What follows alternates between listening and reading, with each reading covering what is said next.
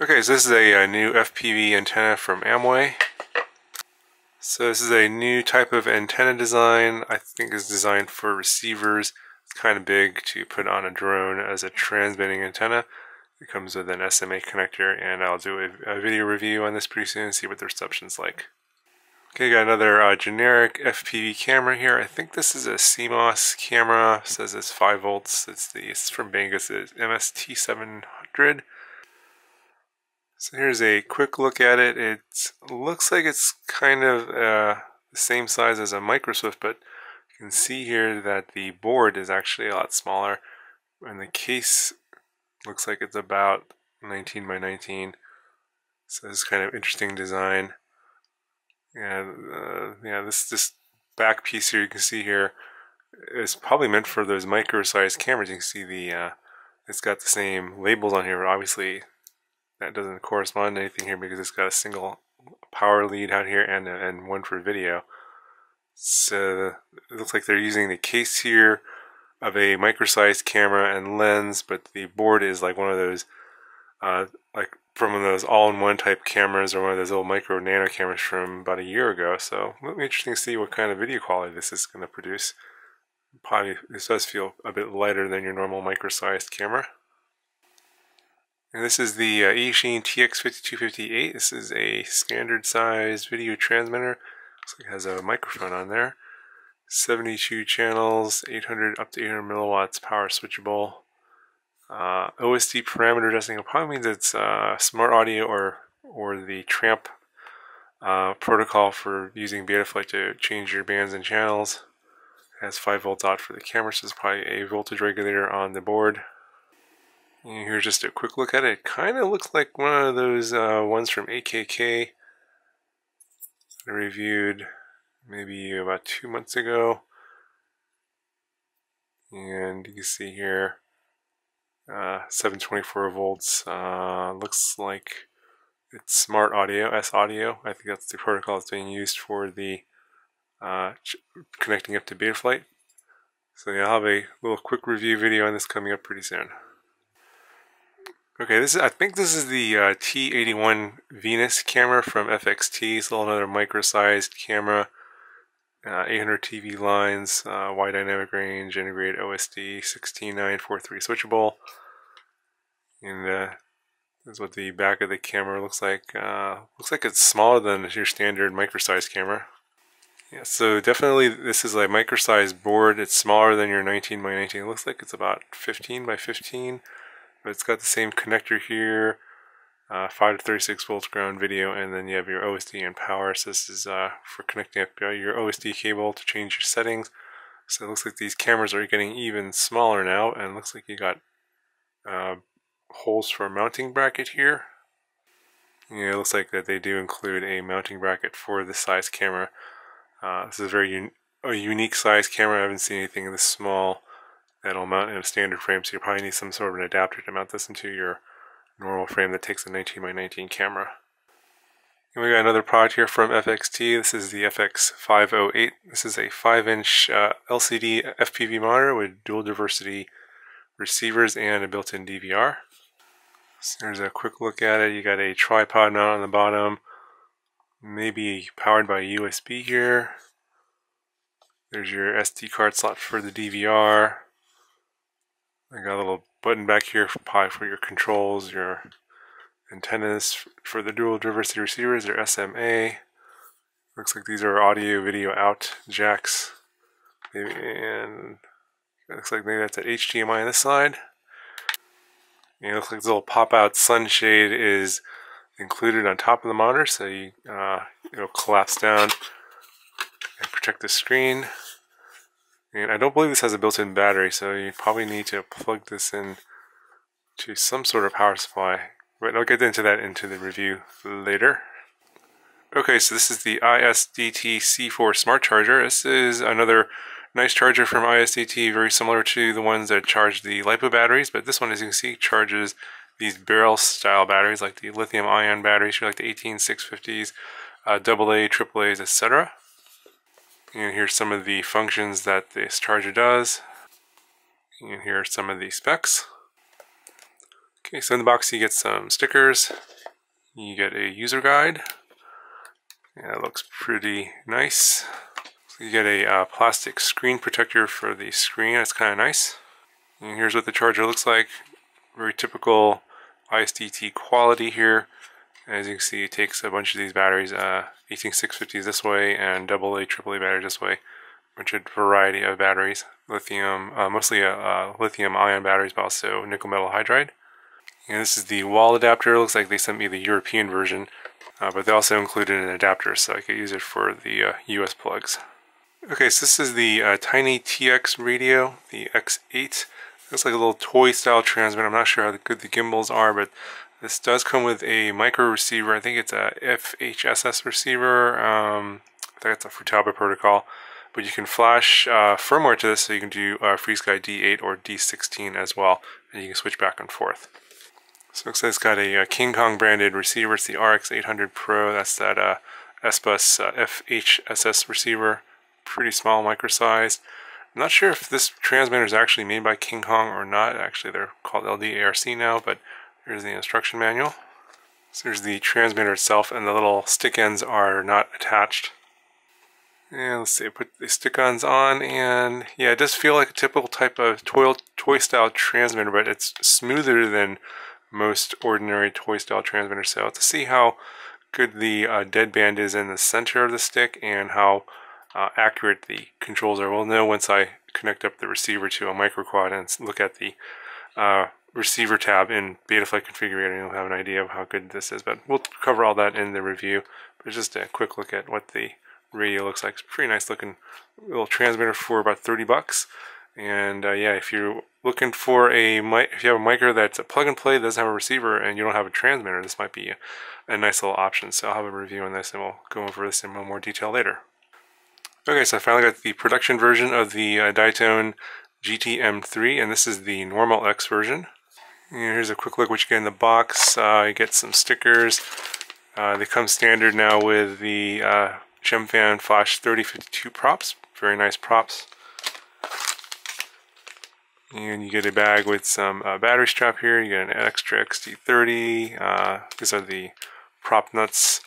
Looks like they include an extra capacitor as well. I think I told them about the video noise, and hopefully that'll fix that. Kind of wondering why they didn't attach that. That should be attached, but if you have video noise and you don't like it, you could put this on yourself.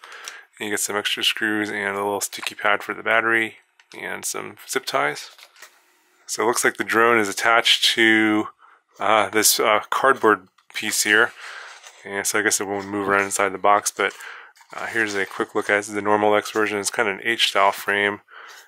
If you're familiar with the GT M200 cage, this is pretty much the same style, and they have a new style of mounting the flight controller now. They put the TVS Unify up on top instead of on the bottom, and then the antenna comes out the top here. So that's a little bit better placement, so probably could put another zip tie here and secure that so it's not flopping around too much. Current sensor, XT30 with a current sensor here, just like on the R90. But I believe it's the same flight controller, but a different 4-in-1 EC. I think it's a 28 amp 4-in-1 EC. And then we got the Diatone Edge Racing motors here, the 1408 4000 kV. These are very smooth, very nice motors. And you got your pigtail here for your receiver. That's already soldered onto the board, just like the R90. So again, this is a plug and play. Very similar components to the R90, just in a 3-inch form factor. And we have a 3-inch frame here, and slightly different setup for the flight controller stack. Okay, got a micro drone here from Eris Hobby, and this is the X90 ARF, so it's almost ready to fly. Yeah, it looks like a tiny whip style brushless drone. So we got some documentation here, and we got a battery. It's like a 2S, I think, 700 milliamp hour. Okay, so here's a quick look at it. We got some GemFan 2035 4-bladed props, some 2-inch props here. Yeah, so the motors on here are pretty nice. They're 1104 7800 kV. Got a nice little cage, plastic cage in the bottom here for the battery, which is nice and also not so nice because then you're limited to that size battery and other sizes won't fit here. So I'm not sure if I like that so much. JST connector for your battery connector, and you got a pigtail here for looks like an S-Bus receiver on a servo lead, probably would need to cut that off and solder on a receiver. And you got a traditional stack there, 20 by 20, 4-in-1 ESC and flight controller. But the camera here is not a CCD camera, it's an all-in-one, those all-in-one CMOS cameras with a little whip antenna. And it's 2S, so it's a little on the heavy side, plastic, construction here. Let's see how durable this is and crashes. It does seem to give a little bit, but it doesn't seem like it's that flexible. But we'll see in the review. Okay, so I got another frame in here from FlexRC. This is the 2.5-inch Ascent frame, and I'm thinking I might be able to put the RunCam mini split in here. We'll have to see. I haven't gotten that yet, and I have to see what the space constraints are like, but I'm going to give that a try on this frame and see if I can make a 2.5-inch micro with HD recording capability. That'd be kind of interesting. Okay, so I picked up a couple more of these HGLRC F4 Zeus boards. These are the all-in-one boards, single board with a flight controller and a PDB. Yeah, so I've already actually done a review on this one. Just picked up a couple more of these. These are one board with a flight controller, PDB, and 4-in-1 ESC. It's pretty nice, compact, and I'll probably use this in the FlexRC Ascent 2.5-inch build with the mini split. So that's kind of why I picked up a couple more of these. So hopefully this will work out in a nice 2.5-inch build. Okay, so this is the new B-Core Omnibus F3, and this is the brushless version of the B-Core. It has the flight controller, F3 flight controller with a Betaflight OSD, and 4-in-1 ESC. I think it's for 1S and it's 3 amps bursting to 5 amps. And you got the little USB plug here on the bottom. And I plan to put this in the BWhoop B06. There's a lot of other 65 and 77 millimeter frames this will fit into with some 07, 03, or 07, 05 motors. That's what probably would work best with. Comes with a micro low C connector, although I think I'll probably use one of those PH connectors instead. And then they also include these little plugs. If you have motors with plugs on them, you could just plug them in instead of soldering the motors on. And they include a little micro buzzer as well, which is kind of nice. So been looking forward to getting this board, all on one little board here. Can make some interesting brushless tiny whip builds with this one. It's going to be really light, so stay tuned for more videos on this one. Okay, so I just picked up some of these 4-bladed 31mm tiny whip props here. These are sort of translucent in color, but they're pretty much the same as a lot of the other tiny whip props you see out there. Just picked up a few of these, a few sets of these. I think there's 3 sets of 4 in here, and I think it's like $3. Pretty good deal. I got these from Gearbest. Okay, so this is the LDARC Tiny 6X, and so it's the new series, 6X and 7X. Comes in a variety of different receiver versions. You got FlySky, FreeSky, Spectrum, and Futaba, and also a non-receiver version. This is the FlySky RX2A receiver version, so it'll do the second generation protocol, so you can fly this with the Turnigy Evolution.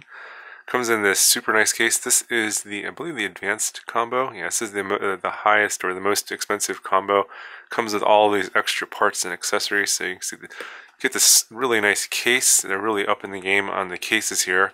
And what's kind of interesting about this advanced version is the case also serves as the charger. As you can see, here's a little micro USB port and a XD, looks like an XD60 connector. It says here 2 to 4S.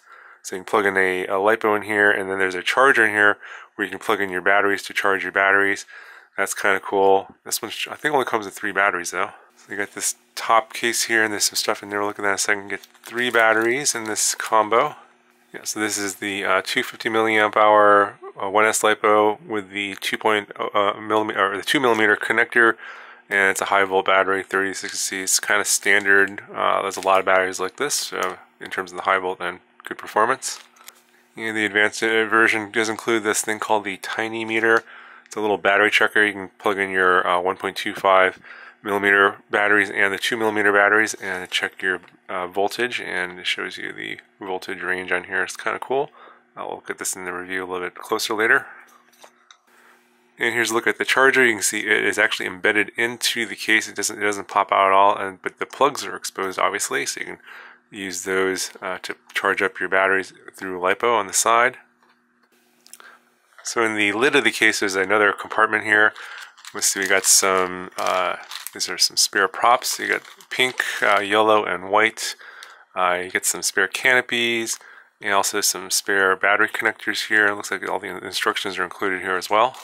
And here's the drone itself here. Tiny whip size, 65 millimeters, 3-bladed, 31 millimeter props, not the 4-bladed ones.